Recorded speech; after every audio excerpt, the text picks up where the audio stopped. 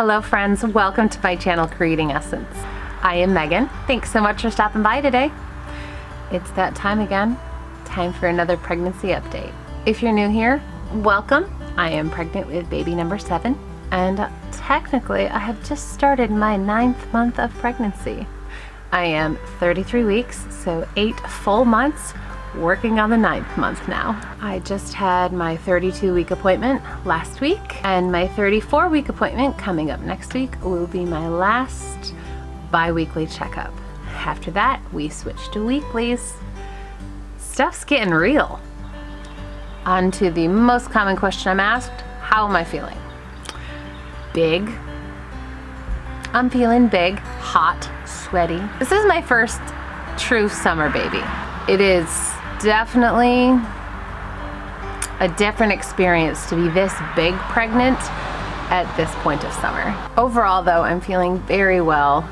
I pretty much live in knee-high compression socks and compression leggings with some sort of sleeveless or short sleeve tee on top. At my appointment the other day, I was still 1 pound under my pre-pregnancy weight. My blood pressure was great. It was 117/64, which is fantastic. I had my glucose screen a couple of weeks ago, and I'm not diabetic. I was positive I was, y'all. Seriously. My body has been so weird with food this pregnancy. I had my usual pretty serious, but not as severe as it's been in the past, morning sickness through about 16 weeks. Before that, the only things I'd really been able to keep down consistently were like apples and pretzel rods and white rice. Once my body started being able to eat, it made like this huge shift, and any starches or any kind of sugar made me feel so sick. Well, that is still the case. And I was positive that I was diabetic. Because of that, I would eat starches, I would get nauseous, I would get very, very tired.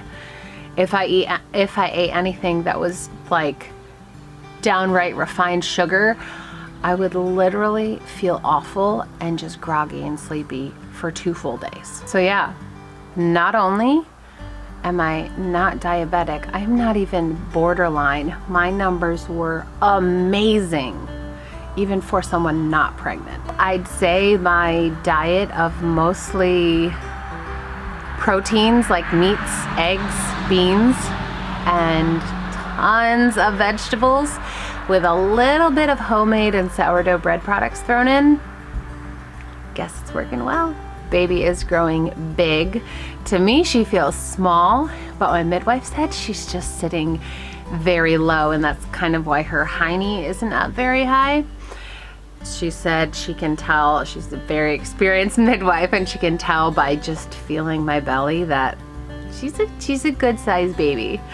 And my fundal height, which is the height of the uterus, has me at like 2 weeks ahead. That is super duper normal for me.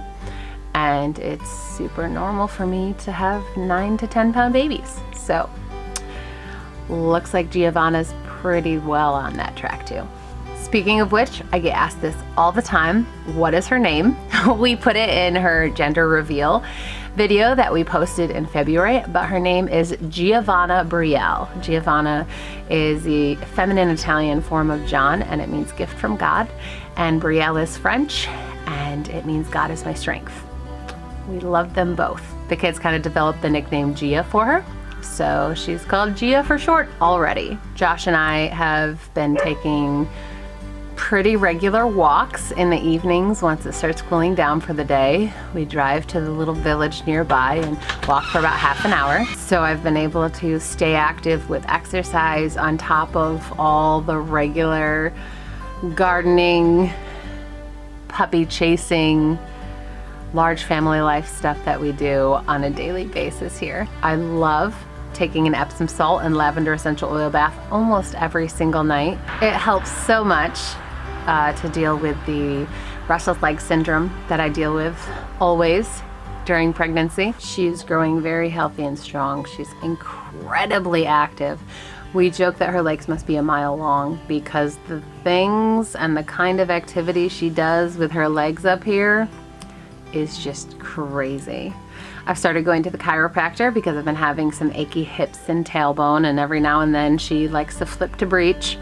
And the chiropractor has just proven so helpful for me in past pregnancies to keep my low back and hips aligned properly, keep the baby in optimal position, and help with those aches and pains, especially toward the end of pregnancy. I'm also doing the prenatal core training program through the Tummy Team. At this point, I should finish up right before she's born, which, by the way, could be in like 4 weeks. That's crazy. That's just crazy to me. Nothing about this pregnancy has been normal. It was such a surprise, and then it started out right before Christmas. We got so sick. It wasn't really the flu. They just say coronavirus wasn't here in December, so. And then by the time I came out of my usual morning sickness fog, the whole nation was on quarantine, and nothing has been normal since then.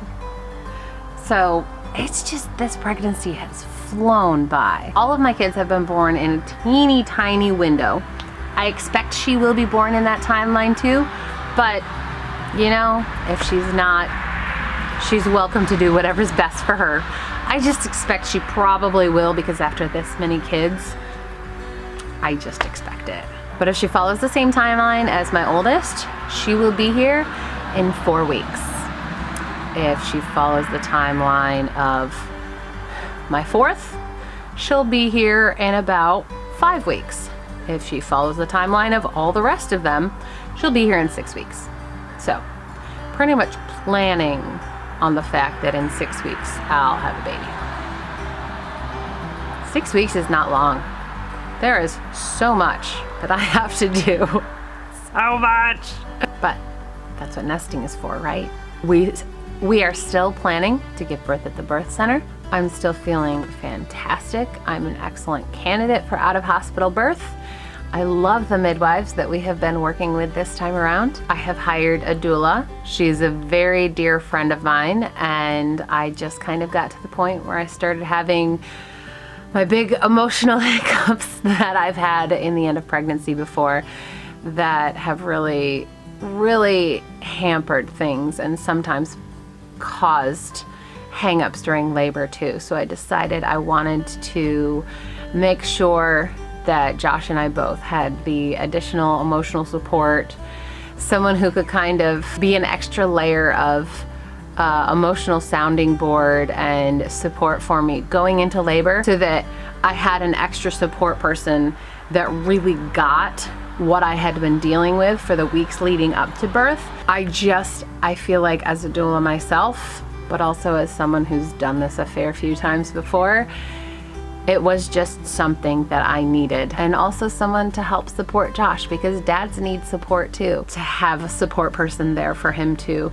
to help him, to give him breaks, to be an extra layer of support for me and for him. So I'm very excited about that, very grateful that this friend agreed to be that person for us. I'm just happy to have someone willing and able and both trained and is already a safe person in my life, that my husband and I truly feel like we could let that person into our typically very private birth space.